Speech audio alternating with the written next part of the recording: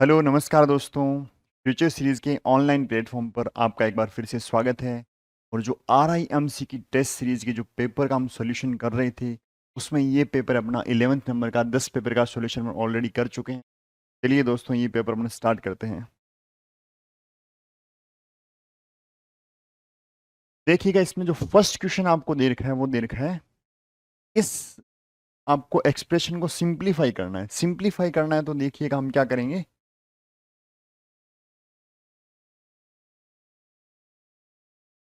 Three की power में आपको -5 दे रखा है। थ्री अपने आप में क्या होता है, प्राइम नंबर होता है। 10 देखिएगा, 10 को आप लिख सकते हैं 2 × 5। तो इसको आप तोड़ दीजिएगा, 2 × 5, और इसकी होल पावर में क्या आ रहा है, -5। और 125 को क्या मैं 5 की पावर 3 लिख सकता हूँ? बिल्कुल लिख सकता हूँ, क्योंकि 5 × 5 × 5 क्या होता है, 125 होता है। अपॉन में क्या आ रहा है, 5 की पावर में -7 × 6 को भी मैं लिख सकता हूँ 2 × 3। 2 × 3, इससे फायदा क्या होगा कि ऊपर नीचे कैंसिल आउट हो जाएंगे। इसकी पावर -5। चलिए हम आगे लिखते हैं। अब आपको एक फॉर्मूला पता होना चाहिए, वो ये है कि A × B की पावर m यदि आपको गिवन है तो आप ऐसे लिख सकते हो, A की पावर m × B की पावर m। तो इसका मतलब 2 × 5 की होल पावर -5 है, तो आप 2 की पावर -5 × 5 की पावर -5 लिख सकते हैं। तो इसको मैं लिखूंगा 3 की पावर -5 इंटू 2 की पावर -5 इंटू 5 की पावर -5 इंटू 5 की पावर 3 डिवाइडेड बाई 5 की पावर -7 इंटू 2 की पावर-5 इंटू 3 की पावर-5। अब देखिएगा, कुछ चीज़ें ऊपर नीचे कैंसिल आउट हो जाएगी, जैसे ये वाली कैंसिल आउट, ये कैंसिल आउट। अब आगे बचा है क्या, आगे ये बच गया आपका 5 की पावर-5 इंटू 5 की पावर 3 डिवाइड बाई 5 की पावर-7। एक चीज़ आप और ध्यान रखिएगा कि मैं बोलूँ A की पावर P इंटू A की पावर Q, तो ये हो जाता है आपका A की पावर P + Q। और यदि A की पावर P अपॉन में A की पावर Q आपको दे रखा, तो ये हो जाता है A की पावर P -Q। यानी अपॉन में है तो पावर क्या हो जाती है, माइनस, और मल्टीप्लाई में तो पावर क्या हो जाती है, ऐड। तो इसका मतलब ये किसके इक्वल होगा, ये होगा इज इक्वल्स टू 5 की पावर, ऊपर वाली पावर ऐड हो जाएगी, नीचे वाली पावर माइनस हो जाएगी, यानी -5 + 3 -7। तो ये क्या हो गया आपका, देखिएगा 5 की पावर ये हो गया -5, ये प्लस का 3, और ये माइनस माइनस क्या हो गया, +7। प्लस वाले ऐड हो जाएंगे, 5 की पावर-5 + 10, माइनस का 5 प्लस का 10, तो क्या बच गया 5 की पावर-5। और 5 की पावर-5 हो गया, 5 बार 5 को क्या करना है, मल्टीप्लाई करना है। तो 5 × 5 25, और 5 × 5 25, ये हो जाएगा 625, और इंटू में एक 5 और आ जाएगा। इसको आप मल्टीप्लाई कर दीजिएगा 5,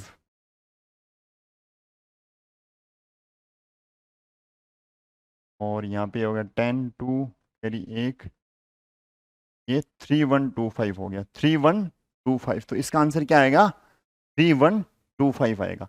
अब आप नेक्स्ट क्वेश्चन देखिएगा। नेक्स्ट क्वेश्चन है, the ratio of ages of 2 persons is 5:9 and the age of the one of them is greater than the other by 40 years. यानी 2 पर्सन की आपको एज का रेशियो दे रखा है, जो रेशियो क्या दे रखा है, 5:9 दे रखा है, और एक की एज है वो दूसरे से क्या 40 साल ज्यादा है। तो सम of their ages in years is, तो उनकी एज का आपको क्या निकालना है, सम फाइंड आउट करना है। तो 5:9 है, तो आप उनकी एज मान लीजिएगा 5x एंड 9x। ठीक है जी। और इनका डिफरेंस तो ऑब्वियस सी बात है, 9x बड़ा है, 5x छोटा है।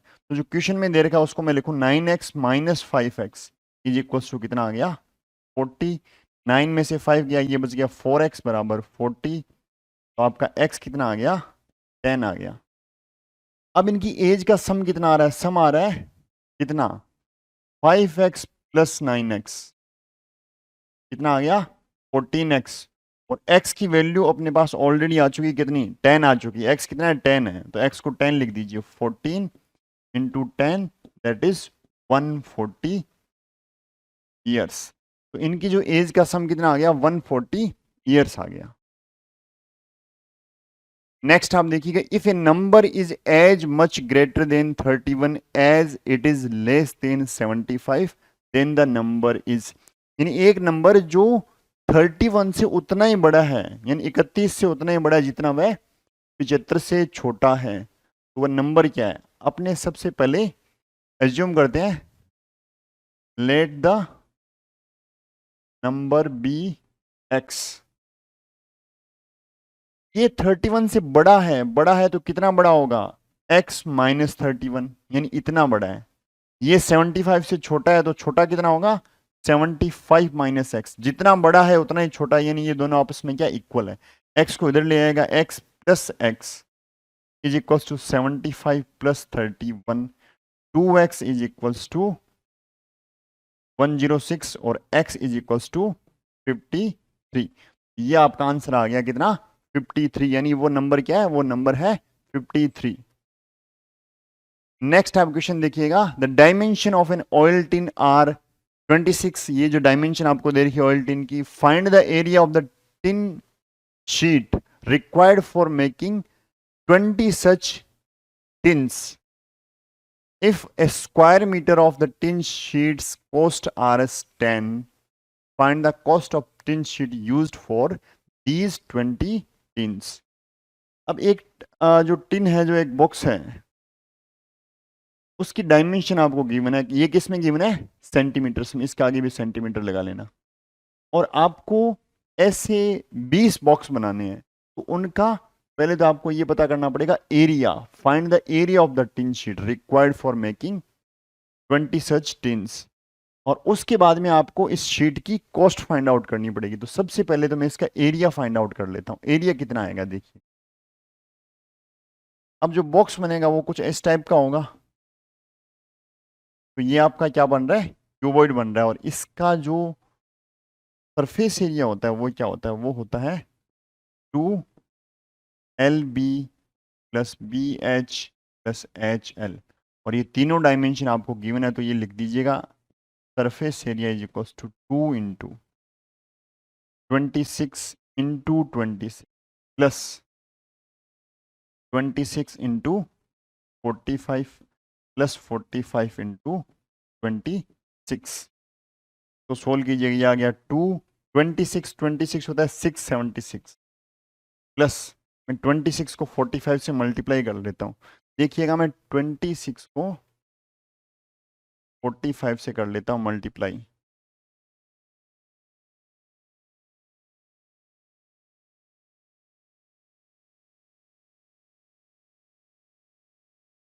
ये आ गया 1170।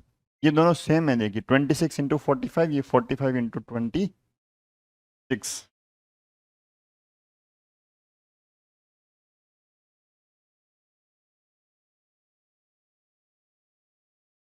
और ये मैं करता हूँ इनको एडिशन, इनको ऐड कर देता हूँ। ये आएगा अपना 6 और ये 21 का 1, फिर ये अपनी 2 आ जाएगी 8 और 2 10।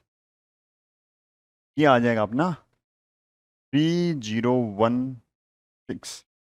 और इसको मैं अंदर मल्टीप्लाई कर दूंगा तो ये हो जाएगा 32 आ जाएगा, इधर आ जाएगा 6। और ये आंसर आएगा सेंटीमीटर स्क्वायर में। तो ये तो अपना जो टिन शीट है जो रिक्वायर्ड है, अभी ये एक की आई है, अभी किसकी आई है? एक की आई है। अब ये अपन को क्या करना है? Area of tin sheet required for 20 tin, मैं क्या कर दूंगा 20 इन दिस, 20 इंटू दिस करोगे तो ये हो जाएगा 4, ये 6, ये अपना हो जाएगा 0 और ये हो जाएगा अपना 12 सेंटीमीटर स्क्वायर। यहां तक अपना एरिया आ गया जो रिक्वायर्ड है। मैं इसको इरेज कर देता हूं इधर वाले पार्ट को जो अपन ने कैलकुलेशन कर रखी है, और इस बॉक्स की पिक्चर को भी मैं इरेज कर देता हूं।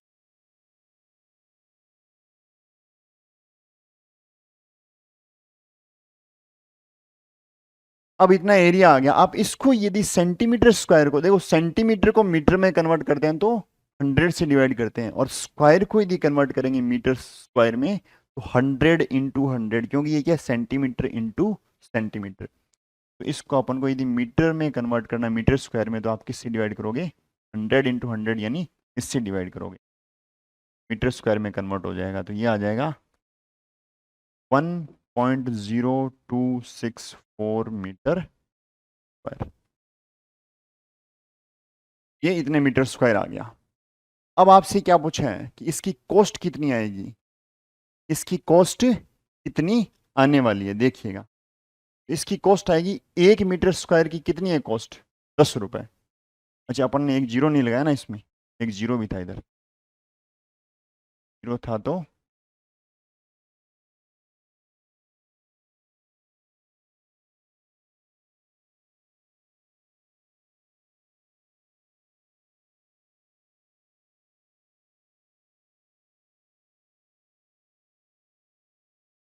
जीरो लगा देते हैं यहाँ पे।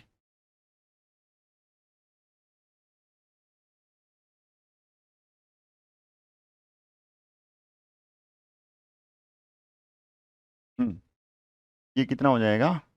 एक जीरो लगाएंगे तो ये आ जाएगा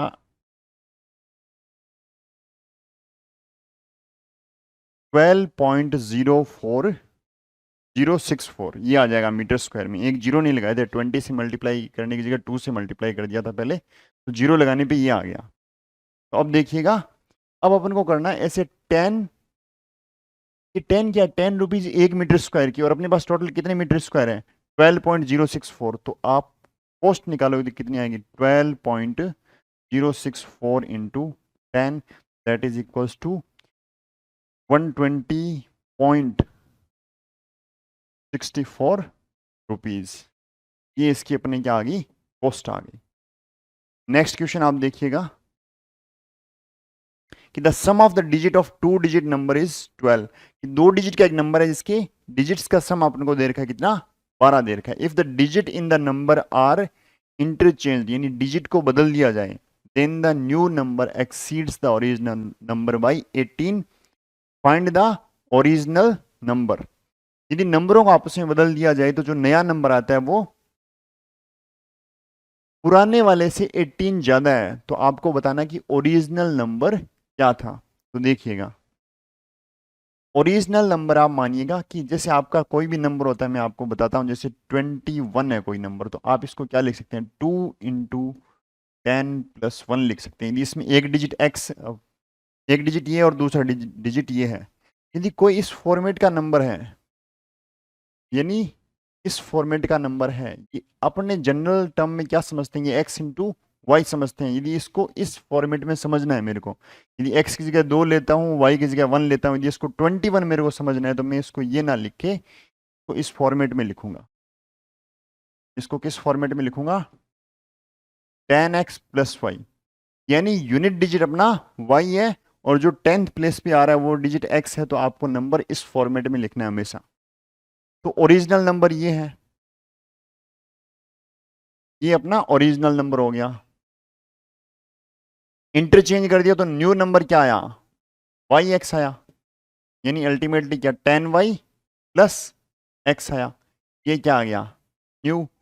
और अकॉर्डिंग टू द इक्वेशन क्या? New minus original is equals to 18। क्यों? न्यू वाला है वो क्या है? ओरिजिनल से 18 क्या है? बड़ा है। तो न्यू माइनस ओरिजिनल यानी 18 आ जाएगा। New minus original is equals to 18।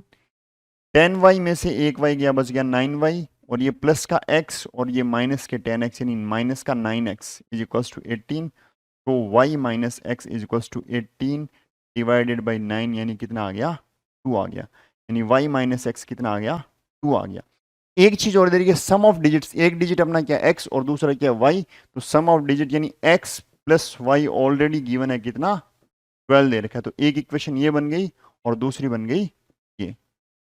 अब देखिएगा ये सेकंड इक्वेशन है और ये है अपनी फर्स्ट इक्वेशन, इन दोनों को ऐड कर दीजिएगा, तो दोनों को ऐड करोगे तो ये आएगा, देखिएगा x प्लस वाई बराबर 12 और y माइनस एक्स बराबर 2, ऐड करोगे ये 14 हो जाएगा, ये x कैंसिल आउट हो जाएगा, ये हो जाएगा 2y, तो y बराबर कितना आ जाएगा 7, y बराबर 7 आ गया, y की वैल्यू आप इस इक्वेशन में पुट कर दीजिएगा, तो x प्लस 7 बराबर कितना 12, तो x कितना आ गया 12 माइनस 7 कितना 5 आ गया, कितना आ गया 5, तो x 5 है y 7 है, यानी यूनिट डिजिट अपना वो 7 है और जो 10th प्लेस पे डिजिट है वो कितना है 5 है, तो आपका जो नंबर है वो क्या हो जाएगा, नंबर हो जाएगा 57। और अब आप देख सकते हैं कि 57 के यदि डिजिट्स का आप इंटरचेंज कर देते हैं यानी 75 कर देते हैं, तो 75 57 से कितना ज़्यादा है 18 ज़्यादा है, तो आपका आंसर क्या आ गया 57 आ गया, आपका आंसर आ गया 57। नेक्स्ट देखिएगा आप, zinc and copper are in the ratio 5:3 in 200 grams of an alloy, how much grams of copper be added to make the ratio 3:5? पहले ये रेशियो है, तो जो ओरिजिनल आपका अलॉय है उसमें देखिएगा जिंक कितना है, जिंक है अपना, जिंक का रेशियो कितना है 5 अपॉन टोटल रेशियो का सम कितना 8 इंटू 200, और कॉपर कितना 3 डिवाइडेड बाई 8 इंटू 200, इसको आप 8 से कैंसिल आउट कीजिएगा, तो ये कितना आएगा 25, ये भी 25, तो ये 125 ग्राम्स और ये 75 ग्राम्स। तो ओरिजिनल अलॉय में आपका जिंक है 125 ग्राम और कॉपर है 75 ग्राम। अब आपको इसमें क्या ऐड करना है, इसमें आपको कॉपर ऐड करना है, आप मान लीजिएगा कॉपर आपने ऐड कर दिया x ग्राम, तो अब जिंक अपना कितना है, जिंक अभी भी कितना है 125, कॉपर कितना हो जाएगा 75 प्लस x, तो ये जिंक और कॉपर का रेशियो आ गया, ये किसके इक्वल होना चाहिए 3 डिवाइडेड बाई 5 के इक्वल होना चाहिए, 3 डिवाइडेड बाई 5। अब इनका आप क्रॉस मल्टीप्लाई कर दीजिएगा, 125 into 5 is equals to 3 into 75 plus x, ये आ गया आपका, इसको आप मल्टीप्लाई करोगे तो ये हो जाएगा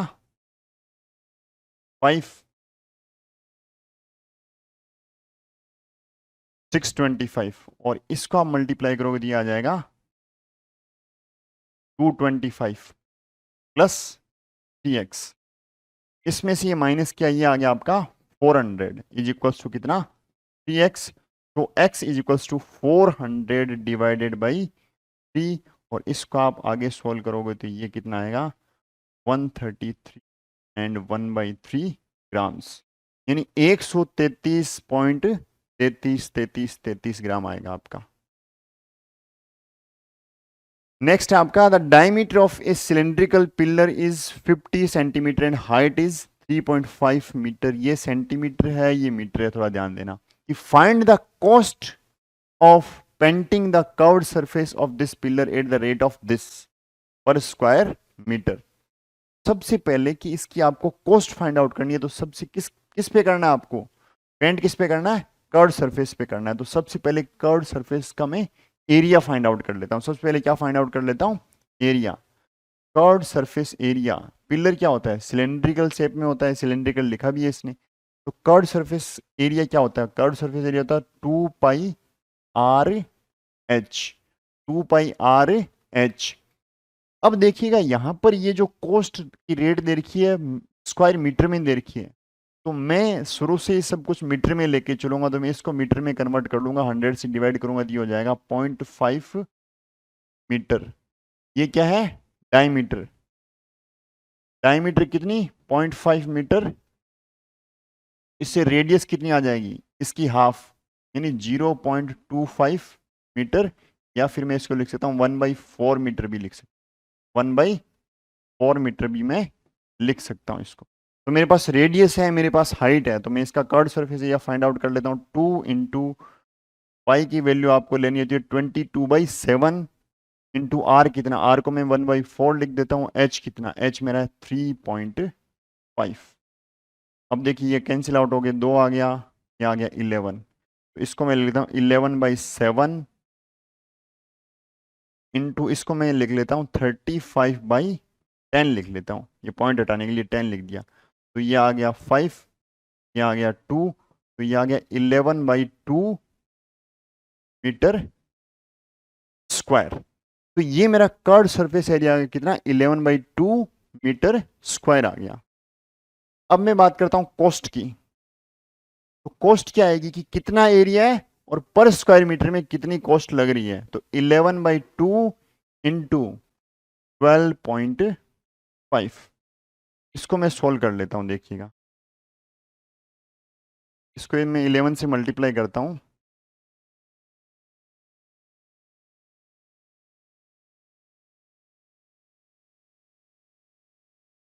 इसको 11 से मल्टीप्लाई करने पे आया 137.5 डिवाइडेड बाई 2, क्योंकि एक डिजिट के बाद पॉइंट था तो मैंने एक डिजिट के बाद पॉइंट लगा दिया।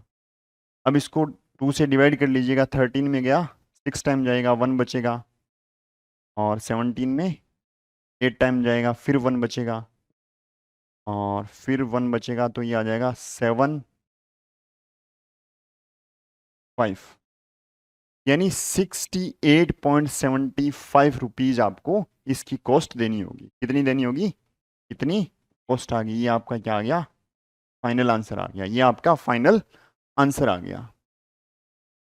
नेक्स्ट आप देखिएगा, solve the following linear equation, इसको आपको सोल्व करना है।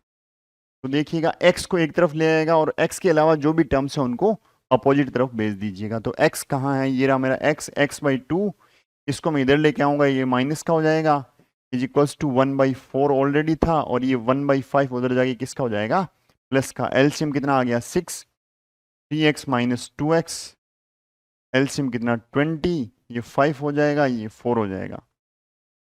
3x में से 2x गया, कितना बचा x, ये आ गया आपका। और यहां से मैं आगे करता हूं, तो x बराबर क्या आ जाएगा, 9 इंटू 6 डिवाइड बाई 20, इसको आप काट सकते हो, 3 आ जाएगा, ये 10 आ जाएगा, ये 27/10, या फिर 2.7 आ जाएगा, या तो 27/10 या फिर 2.7 इसका आंसर आ जाएगा। तो x की वैल्यू कितनी आ गई, 2.7 आ गई।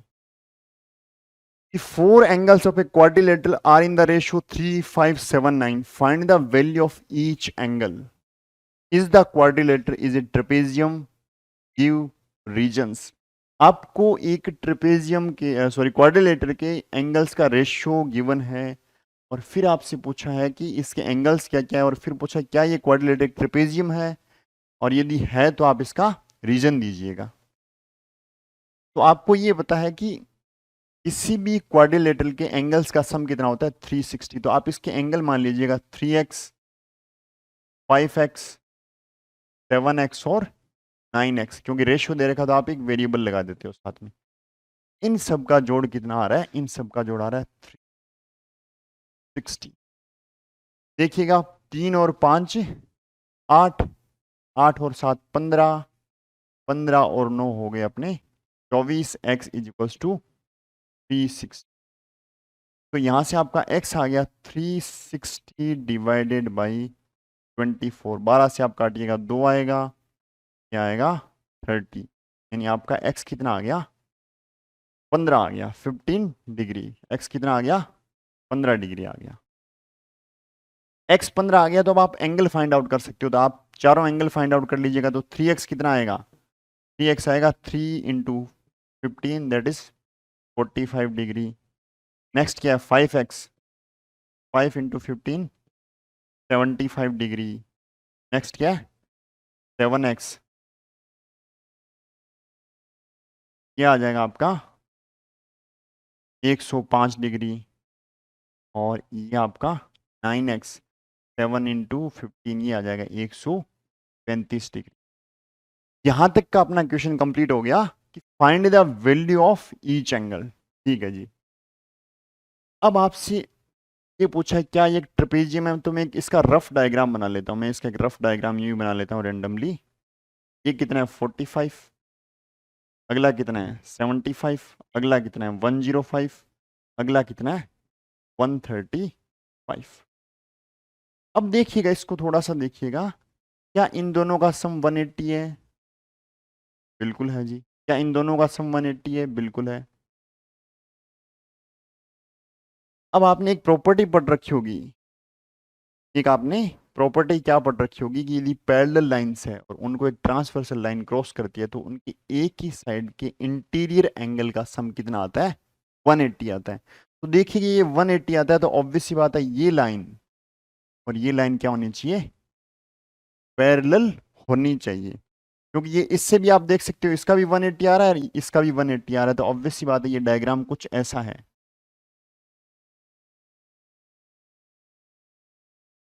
ये डायग्राम कुछ ऐसा बनेगा, क्योंकि ये दोनों लाइन क्या आ जाएगी? पैरेलल, तभी इसका सम और इसका सम क्या आ पाएगा? 180। तो इसका मतलब ये और ये दोनों क्या है?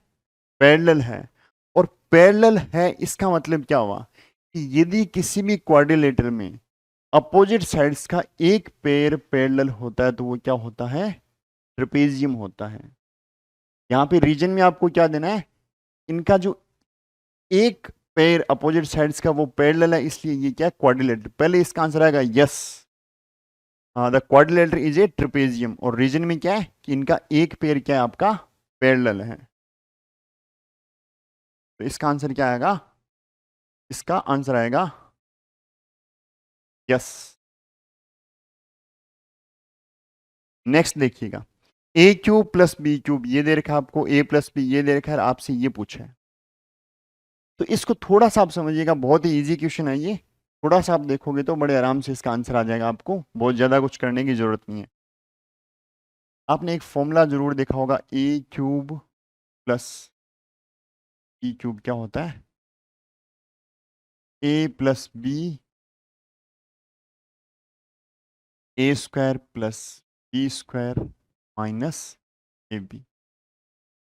यहां पर आपके पास इसकी वैल्यू है, इसकी वैल्यू है, पर इसकी वैल्यू नहीं है, और ना ही आपके पास इसकी वैल्यू है।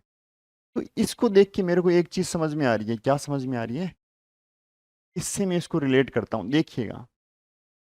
क्या मैं ये बोल सकता हूं ए प्लस बी का होल स्क्वायर माइनस 3 का फॉर्मूला क्या होता है? A square plus B square plus 2ab minus 3 is equals to क्या आ गया? ये प्लस का 2ab है, माइनस का 3ab, तो A square plus B square minus A. क्या मैं ये बोल सकता हूँ कि A square plus B square minus A B is equals to क्या होता है? ए प्लस बी का whole square minus B A B. क्या ये बात ठीक है?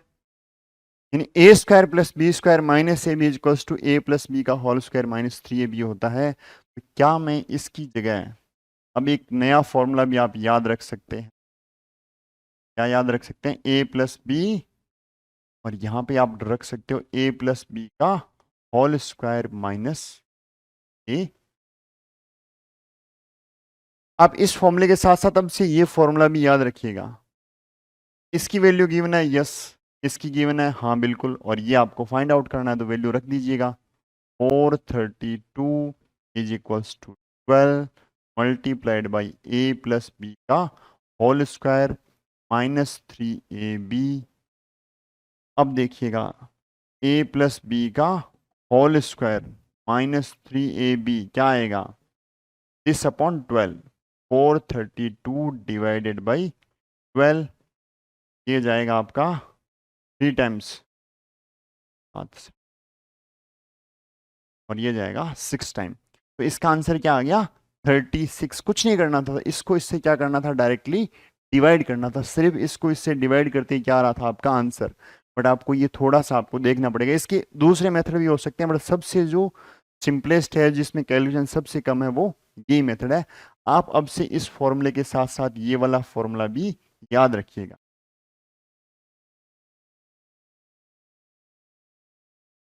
Area of a square A B C D is 60 centimetre square. A B C D एक स्क्वायर है, उसका एरिया आपका 60 centimetre square. Find the area of the square formed by joining the middle points of the sides of this square. Area आपका 16 centimetre है। ये मैंने आपको शायद किसी पहले के पेपर में आपको ये बताया था कि यदि ऐसा कुछ है कि मिड पॉइंट को मिला के एक स्क्वायर बनाया जाता है तो उसका एरिया क्या आता है, हाफ आता है। तो इसका आंसर क्या आने वाला है, 16 का हाफ कितना, 8 सेंटीमीटर स्क्वायर आने वाला है। बट अपन इसको सोल्व करेंगे। ये स्क्वायर हो गया, इसका एरिया आपका कितना है 16। तो ये क्या होता है, साइड का स्क्वायर होता है। तो आपकी साइड आएगी स्क्वायर रूट ऑफ 16, तो साइड अपनी आ गई 4। तो ये भी अपना कितना है 4 सेंटीमीटर, ये भी 4 सेंटीमीटर, और ये भी 4 सेंटीमीटर, और ये भी 4 सेंटीमीटर। मिड पॉइंट, ये मिड पॉइंट हो गए, ये मिड पॉइंट, ये मिड पॉइंट, और ये मिड पॉइंट। यानी यहां से लेके यहां तक कितना, 2 सेंटीमीटर। ये भी कितना 2 सेंटीमीटर, ये सारे 2 सेंटीमीटर। इनको मिला दीजिएगा, ये मिला दिया मैंने।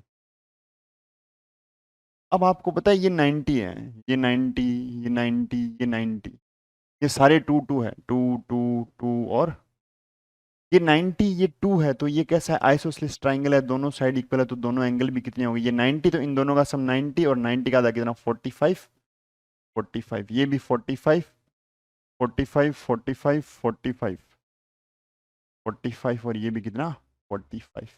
और पाइथागोरस थ्योरम आप लगाओगे, आप क्या ये वाली साइड निकाल सकते हो, ये वाली साइड क्या हो जाएगी, इसका स्क्वायर प्लस इसका स्क्वायर अपॉन में का स्क्वायर रूट। तो 2 स्क्वायर प्लस 2 स्क्वायर का स्क्वायर रूट, ये आपका आ जाएगा कितना 4 4 रूट 8। तो ये इसकी हर एक साइड कितनी आ गई रूट 8, क्योंकि सारे सिमिलर, ये रूट 8, और ये भी कितनी आ गई रूट 8 आ गई। अब देखिए ये 45, ये 45, एक ही लाइन पर बने हुए एंगल्स का सम कितना होता है 180 होता है। तो यदि इस एंगल को मैं x बोलूं, 45 प्लस एक्स प्लस 45 बराबर कितना 180। x आएगा 45, 45 90, और 180 माइनस 90 यानी 90। यानी ये सारे एंगल कैसे आ रहे हैं, ये सारे एंगल 90 के आ रहे हैं, सारे एंगल 90 के आ रहे हैं। तो ये क्या बन गया, ये स्क्वायर बन गया। ये क्या बन गया स्क्वायर, और जिसकी साइड कितनी है रूट 8 है। तो जो आपका नया स्क्वायर बना वो कुछ ऐसा है, रूट 8 इसकी साइड है, ये चारों एंगल 90 90 90 है। तो इसका एरिया क्या होगा, साइड का स्क्वायर, यानी रूट 8 का स्क्वायर, यानी 8 सेंटीमीटर स्क्वायर। ये देखिएगा इसका आंसर, इसका क्या आया, जस्ट हाफ आ गया। 16 का हाफ कितना 8 आ गया। ये आपका सॉल्यूशन था, आंसर आपको पहले से पता था। ये आपको दे रखा है कि x की वैल्यू y की वैल्यू दे रखी है, तो t की वैल्यू क्या होगी, एक कंडीशन आपको गिवन है, क्या x is equals to 2y। यदि x बराबर 2y है तो t की वैल्यू क्या होगी, या फिर t की किस वैल्यू के लिए ये सेटिस्फाई करेगा। हाँ, इसको भी स्मॉल t कर लीजिएगा, ये भी क्या कर लीजिएगा स्मॉल t कर लीजिएगा। तो आपको पता है x बराबर 2y, आप x बराबर 2y लिखिए। x की वैल्यू कितनी है 3t है, y की वैल्यू कितनी है 1/2 t प्लस 1। ये 2 से 2 कैंसिल आउट, तो 3t बराबर t plus 1, 3t minus t बराबर 1, 2t बराबर 1, t आ गया अपना हाफ। तो इसका आंसर कितना आ गया, हाफ आ गया। हाफ इसका क्या आ गया, आंसर आ गया। नेक्स्ट आप देखिएगा, A alone can finish a piece of work in 10 days, B alone can do it in 15 days. If both of them work at it together, how much time will they take to finish it? यानी A कर सकता है एक काम को 10 दिन में, B कर सकता है अपना 15 दिन में, और दोनों यदि एक साथ काम करते हैं तो इसको कितने दिन में करेंगे। तो आप दोनों का एक एक दिन का वर्क निकाल लेंगे। एज 1 डे वर्क, ए का एक दिन का काम कितना 10 दिन में पूरा करता, तो एक दिन का काम 1/10, और बी का एक दिन का काम कितना 1/15। ए एंड बी का एक दिन का काम कितना 1/10 प्लस 1/15, एलसीएम कितना 30 आ गया। ये 3 हो गया, ये 2 हो गया, ये 5/30, इसको कैंसिल आउट किया तो 1/6। यानी a प्लस बी मिलकर एक दिन में 1/6 काम करते हैं। एक दिन में 1/6, तो इनको जो टाइम लगेगा वो कितना हो जाएगा? 1/6 का रिवर्स कर दो, वो इनवर्स कर दो, तो कितना आ जाएगा? 6 डेज। तो कितना आएगा? 6 डेज। इसका आंसर क्या आएगा? 6 दिन। ये आपको गिवन है और ये आपसे पूछा है। देखिए यहाँ पे x है, यहाँ पे x स्क्वायर है, तो सीधा सा है कि इसका अपन को स्क्वायर करना है, तो आप स्क्वायर कर दीजिए x प्लस 1/x का होल स्क्वायर। इस इक्वेशन का मैं दोनों तरफ स्क्वायर कर रहा हूं और इधर 8 का स्क्वायर। अब देखिएगा a प्लस बी का whole square. a plus B का होल स्क्वायर का फॉर्मूला क्या होता है? a square plus B square plus 2 into a into b is equals to 64। ये x x कैंसिल आउट हो गया, ये हो गया x स्क्वायर प्लस ये हो गया 1/x स्क्वायर प्लस 2 बराबर 64। अब 2 को उधर ले जाएगा तो ये x square plus 1/x square is equals to 64 minus 2। It means x square plus 1/x square is equals to कितना आ गया? 62 आपका आंसर आ गया। तो इसका आंसर क्या है? 62, यानी 62 इसका आंसर आ गया। नेक्स्ट आप देखिएगा क्वेश्चन कि construct a rectangle A B C D in which A B बराबर 3.5 एंड बी डी बराबर 6 सेंटीमीटर। आपको एक रेक्टेंगल कंस्ट्रक्ट करना है जिसमें ए बी 3.5 है और बी डी कितनी है? 6 सेंटीमीटर है। तो पहले तो सबसे पहले मैं एक रफ डायग्राम बना लेता हूं। A B C D, A B C D में एक डायग्राम बना लिया। ए बी मेरे को दे रखा है 3.5 दे रखा है। ए बी क्या दे रखा है? तो ए बी को मैं नीचे ले लेता हूँ पर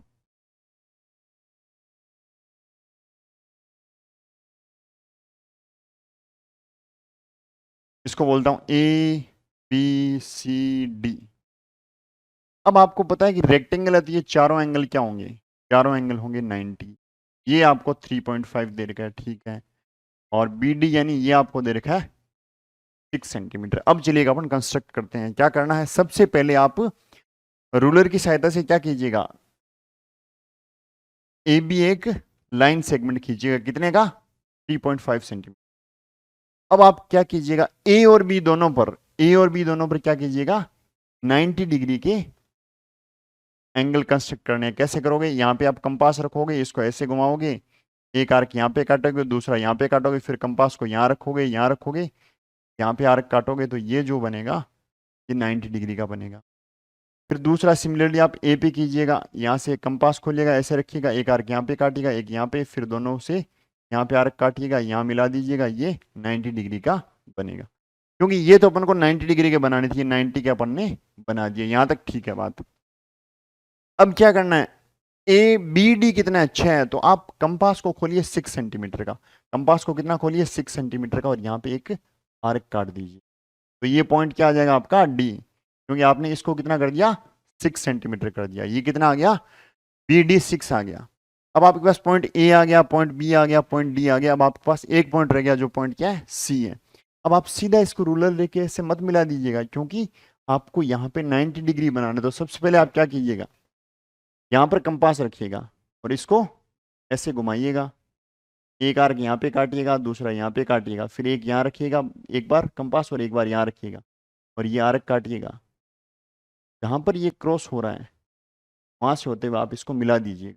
तो ये पॉइंट आपका क्या आ जाएगा? सी आएगा। कि बहुत बार क्या होता है, अपन पूरा करते हैं और लास्ट में ये लाइन सीधे यूँ खींच देते हैं। ये ऐसे नहीं खींचनी, यहाँ पे आपको 90 डिग्री का क्या बनाना है? एंगल बनाना है। ये ध्यान रखिएगा। 3 जगह इसमें 90 डिग्री एंगल बनेगा, तभी ये पूरा कंस्ट्रक्शन हो पाएगा। स्टेप आपने जो जो किया वो लिखना है, इसमें स्टेप लिखने हैं, ये ध्यान रखना। स्टेप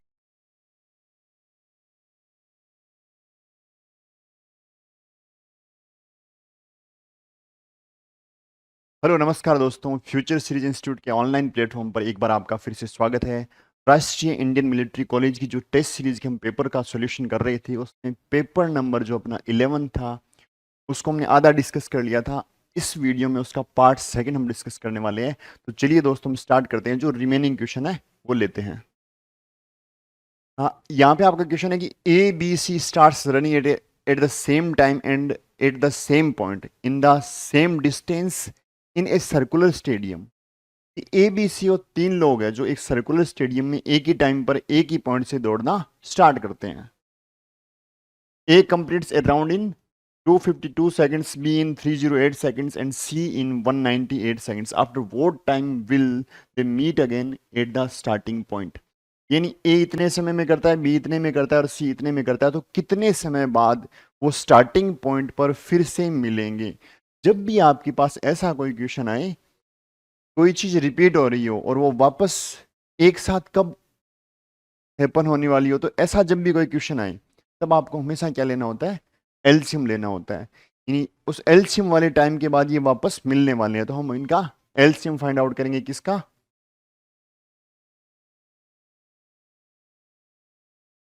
एलसीएम निकाल लेते हैं। 252, 308 और 198 का एलसीएम निकालने के लिए सबसे पहले हम किससे करेंगे? जो सबसे छोटा प्राइम नंबर क्या होता है, 2 होता है, उससे डिवाइड करेंगे। 2 से क्या, ये आया 1 और ये आ गया आपका 2 6 और ये आपका आ गया 154 और ये आ गया 99। फिर देखिएगा 2 से एक बार और डिवाइड हो जाएगा, ये 2 से डिवाइड करेंगे तो क्या आएगा, ये आएगा 6, ये आएगा 3, ये 2 से डिवाइड किया तो क्या आ गया 7 और फिर वापस 7 और ये 2 से डिवाइड होगा नहीं तो इसको आप छोड़ दीजिए। 2 के बाद नेक्स्ट अगला प्राइम नंबर क्या होता है, 3 होता है। क्या 3 से डिवाइड हो रहा है? बिल्कुल हो रहा है। 3 से डिवाइड करेंगे 3, ये आ जाएगा 2 और ये 1, ये 77 रहेगा और ये आ जाएगा 30। क्या 3 से फिर डिवाइड हो रहा है? ये बिल्कुल, ये दोनों नंबर हो रहे हैं तो 3 से वापस कीजिएगा। 3, ये 7, 77 और ये 11। क्या अब ये 3 से हो रहा है? अब नहीं हो रहा। 3 के बाद अगला नंबर क्या होता है? 5 होता है, बट 5 से भी नहीं हो रहा। फिर अगला प्राइम नंबर 7, ये 7 से हो रहा है तो ये 1, ये 11 और ये भी 11। क्या अब ये 7 से हो रहा है? नहीं हो रहा। 7 के बाद अगला प्राइम नंबर क्या आता है? क्या 8 प्राइम नंबर है? नहीं। 9 नहीं, 10 नहीं, 11 होता है, तो 11 से डिविजिबल है। 11 से आप करोगे तो ये तीनों जगह क्या आ जाएगा, 1 1 और 1। तो इनका एलसीएम आपका क्या आएगा? एलसीएम आ गया 2 into 2 into 3 into 3 into 7 into 11। अब देखिएगा 2 इंटू 2 4, ये 9, ये 36 हो गया कुल मिला के। 36 इंटू 77। मैं 36 को 77 से मल्टीप्लाई कर लेता हूँ। 36 इंटू 7 42, यानी आपका 4 आ गया, ये 25 हो गया इंटू 25, ये आ गया 2772। तो इसका आपने मल्टीप्लाई किया, कितना आ गया? ये आ गया 2772, यानी 2727 सेकंड्स बाद, 2700 सॉरी 72 सेकंड बाद ये क्या करेंगे, वापस मिलेंगे। आप इस सेकंड्स को क्या कन्वर्ट कर दीजिए, मिनट में कन्वर्ट कर दीजिए। 2772 को यदि आपको मिनट में कन्वर्ट करना था, आपको क्या करना पड़ेगा, 60 से क्या करना पड़ेगा, डिवाइड करना पड़ेगा। आप जब 60 से डिवाइड करेंगे तो आप 6 की टेबल बोलिए, 4 बार जाएगा, पीछे क्या रह गया 7, यहाँ क्या रह गया 3, यहाँ क्या रह गया 2। अब देखिएगा 6 इंटू 6 36 होता है, ये 6 टाइम्स जाएगा 6, पीछे क्या बच गया 1 2। अब देखिएगा जो 12 आ रहा है ये 60 से कम है, तो आप इसको आगे कन्वर्ट मत कीजिएगा। इसका मतलब 46 मिनट और 12 सेकंड, तो आप इसको लिख सकते हो 46 मिनट और 12 सेकंड। ये इसका क्या आ जाएगा आंसर, यानी 46 मिनट और 12 सेकंड बाद ये तीनों वापस उसी पॉइंट पर मिलने वाले हैं। तो चलिए दोस्तों नेक्स्ट क्वेश्चन देखते हैं। A shopkeeper gets 25% profit on giving 10% discount on marked price of an article।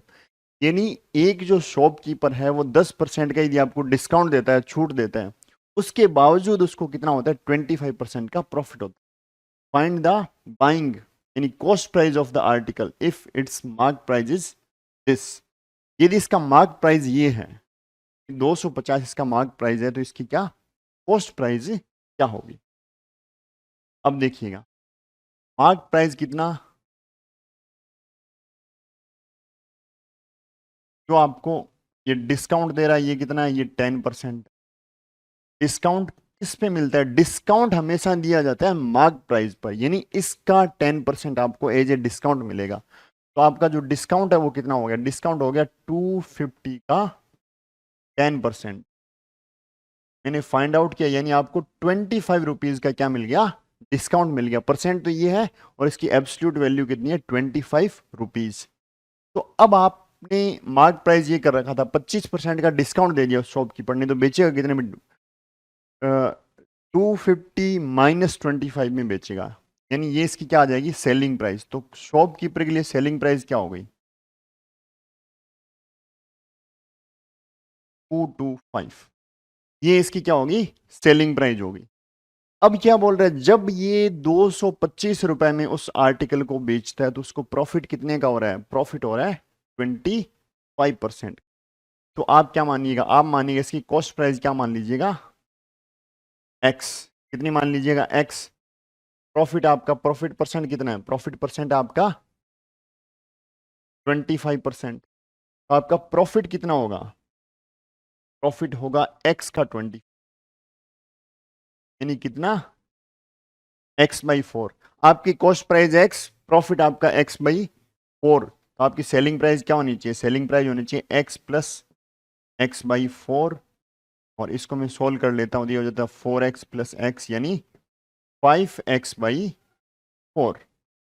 5x/4, यानी मैं बोल रहा हूँ सेलिंग प्राइस ये है और आप बोल रहे हो सेलिंग प्राइस ये है, तो ये दोनों क्या होनी चाहिए? आपस में इक्वल होनी चाहिए। इसका मतलब क्या हो गया? इसका मतलब ये हो गया 5x/4 इज इक्वल्स 225, यानी x इज इक्वल्स टू 225। ये 5 यहाँ नीचे चला जाएगा, 4 यहाँ मल्टीप्लाई में आ जाएगा। जब आप इसको इससे काटोगे तो ये कितना आएगा? 4 बार जाएगा, पीछे रह जाएगा 1, फिर 5 बार जाएगा, रह जाएगा ये आ जाएगा 180 रुपीज। यानी उस आर्टिकल की जो कॉस्ट प्राइस थी एक्चुअल में वो कितनी थी? 180 रुपीज, क्योंकि एक्स अपन ने क्या माना था? कॉस्ट प्राइस माना था। और एक्स की वैल्यू कितनी आ गई? 180, यानी उस आर्टिकल की कॉस्ट प्राइस कितनी है? 180 है। नेक्स्ट आप देखिए, a motor boat covers a certain distance downstream in a river in 3 hours. It covers the same distance in upstream in 3 hours and half, यानी 3.5 आवर्स में कवर करती है। If the speed of the water is 1.5 kilometre per hour, then the speed of the boat in the still water. आपको still water में इस boat की speed find out करनी है, और स्ट्रीम की स्पीड आपको ऑलरेडी गिवन है। एक चीज आप ध्यान रखिए कि अप स्ट्रीम क्या होती है? अप स्ट्रीम और डाउन स्ट्रीम। डाउन स्ट्रीम यानी आप फ्लो के साथ चल रहे हैं, उसको बोलते हैं डाउन स्ट्रीम। और अप स्ट्रीम यानी आप फ्लो के अपोजिट चल रहे हैं। जब आप डाउन स्ट्रीम में जाते हैं तो वाटर आपको सपोर्ट करता है, उसको चलने में क्या करता है? सपोर्ट करता है। तो आपकी स्पीड क्या हो जाएगी? बोट की स्पीड प्लस स्ट्रीम की स्पीड, ये तो हो जाएगी किसमें? Down stream. और अप स्ट्रीम में वाटर आपको क्या करेगा? अपोज करेगा, तो उसकी स्पीड क्या रहेगी? बोट की स्पीड माइनस वाटर की स्पीड, ये आपकी रह जाएगी अपस्ट्रीम में। तो अब मैं ये मान लेता हूं कि let the speed of the boat in still water is equal to, क्या मान लेता हूं मैं? इसको मैं मान लेता हूं x किलोमीटर पर आवर। मैंने क्या मान ली? Speed of the boat in still water is x kilometre per hour मान ली, ठीक है। तो मैं क्या ये बोल सकता हूं कि speed in down stream, speed क्या इन डाउन स्ट्रीम में स्पीड क्या हो जाती है? डाउन, यानी आप फ्लो के साथ चल रहे हैं, तो स्पीड हो जाएगी आपकी x प्लस किसकी? वाटर की 1.5। स्पीड इन अप स्ट्रीम कितनी? x माइनस वाटर आपको क्या करेगा? अपोज करेगा। क्लियर है ये बात? ठीक है जी। इसमें जो आपको टाइम लगा, डाउन स्ट्रीम में कितना टाइम लगा? डाउन स्ट्रीम में आपको टाइम लगा 3 आवर्स का, और अप स्ट्रीम में जो आपको टाइम लगा वो क्या लेगा? 3.5, यानी 3.5 आवर्स का। या फिर मैं इसको लिख सकता हूं 7/2 आवर्स का। कितना लगा 7/2 आवर्स का। अब एक चीज देखिएगा, स्पीड आ गई, टाइम आ गया, स्पीड आ गई, टाइम आ गया, सेम डिस्टेंस को कवर करता है वो, जितना जाता है सर्टेन डिस्टेंस और उतना ही वापस क्या आ जाता है, लोड किया आ जाता है। तो मैं यहां पर अपनी निकाल लेता हूं क्या, डिस्टेंस कितनी आएगी, स्पीड इंटू टाइम क्या होता है डिस्टेंस, तो x प्लस 1.5 इंटू 3, और ये भी क्या है डिस्टेंस, x माइनस 1.5 इंटू 7/2। अब देखिएगा दोनों बार डिस्टेंस सेम है, तो मैं इनको क्या कर देता हूं, इक्वल कर देता हूं, x plus 1.5 into 3 is equals to x minus 1.5 into 7/, cross multiply कर दीजिएगा, ये 6 हो जाएगा, तो x प्लस 1.5 इंटू 6 बराबर 7 इंटू एक्स माइनस 1.5। 7 को इधर लिख दिया, उससे कोई फर्क नहीं पड़ रहा। आगे मैं यहां सोल्व कर लेता हूं, 6 को अंदर मल्टीप्लाई कीजिएगा, ये क्या हो जाएगा 6x प्लस 6 को इससे मल्टीप्लाई करूंगा, ये 1.5 को 6 से मल्टीप्लाई, 6 और इसका आधा कितना 9 आ जाएगा, 9 इज इक्वल्स टू, ये हो जाएगा 7x, 9 में 1.5 और ऐड कर दीजिएगा तो ये 7 से मल्टीप्लाई हो जाएगा, यानी माइनस का 10.5 आ जाएगा, माइनस का 10.5 आ जाएगा। अब आप 9 प्लस 10.5 को इधर ले आओगे तो प्लस का हो जाएगा, और ये 7x में से गया 6x, यानी 19.5 इज इक्वल्स टू क्या आ गया x। x अपन ने क्या माना था कि speed of the boat in the still water क्या मानी थी x, तो ये अपनी आ गई speed of boat in still water is equals to कितनी आ गई 19.5 किलोमीटर पर आवर आ गई। तो ये आपका आंसर आ गया 19.5 किलोमीटर पर आवर।